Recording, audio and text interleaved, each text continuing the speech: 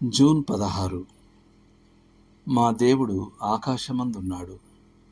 తనకు ఇచ్చ వచ్చినట్లుగా సమస్తమును ఆయన చేయుచున్నాడు. కీర్తనలు 115:3. దేవుడు సర్వాధిపతి అనగా ఆయన విశ్వానికి సర్వోన్నత పాలకుడు. మరియు ఆయన తనకిష్టమైనట్లు చేయగలడు.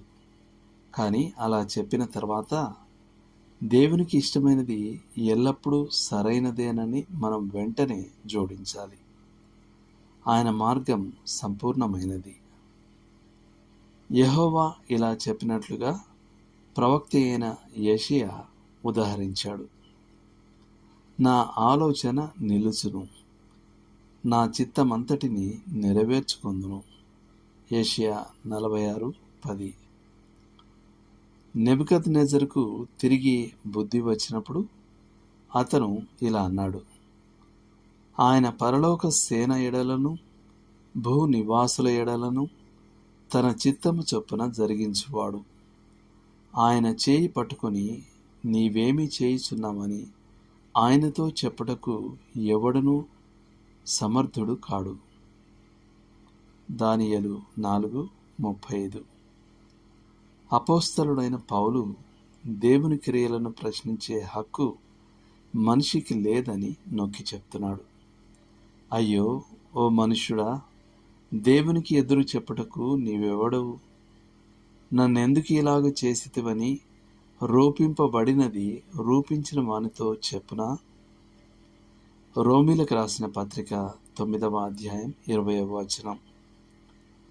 మరియు మరొక చోట ఆయన దేవుణ్ణి తన చిత్తానుసారమైన సంకల్పమును బట్టి సమస్త కార్యములను జరిగించువానిగా చెప్తున్నాడు. ఎఫెసీయులకు రాసిన పత్రిక 1:11. చాలా సరళంగా చెప్పాలంటే దేవుని సర్వాధిపత్య సిద్ధాంతం అనేది దేవుణ్ణి దేవునిగా ఉండటానికి అనుమతించే ఒక సిద్ధాంతం.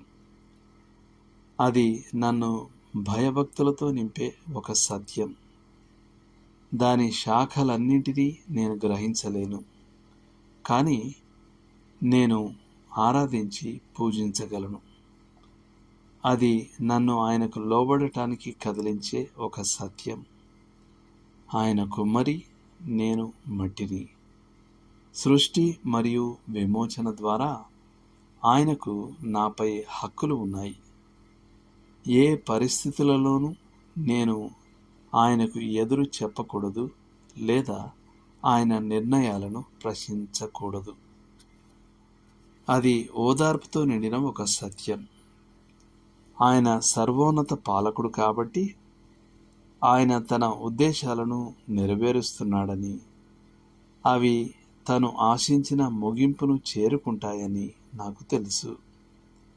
జీవితంలో నేను అర్థం చేసుకోలేని విషయాలు ఉన్నప్పటికీ ఆయన నేతలో బంగారు వెండి దారాల వలె చీకటి దారాలు కూడా అవసరమేనని నేను నిశ్చయించుకోవచ్చు. దేవుడు మిమ్మును దీవించునుగాక.